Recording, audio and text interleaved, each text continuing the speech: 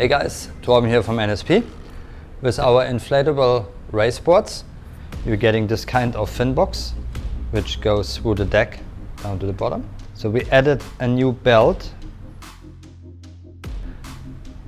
heavy duty webbing material, Velcro for locking it in place, and double stainless D-ring. So we start first inflating the board until the cutout in the board is in a nice oval shape. No need to inflate too much, not too less, just that we're having the nice shape here. Then we go back, so it is assembled like that when it comes out from the box.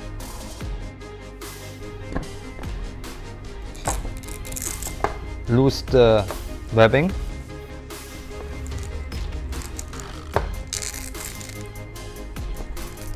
Right, that's it. So now we go to the bottom. We take the top plate, just sliding it through and pulling it out. Put it in place. Bottom is here in place, and then we are just about to tightening up the top belt. Place the Velcro here to the end, through the D-ring.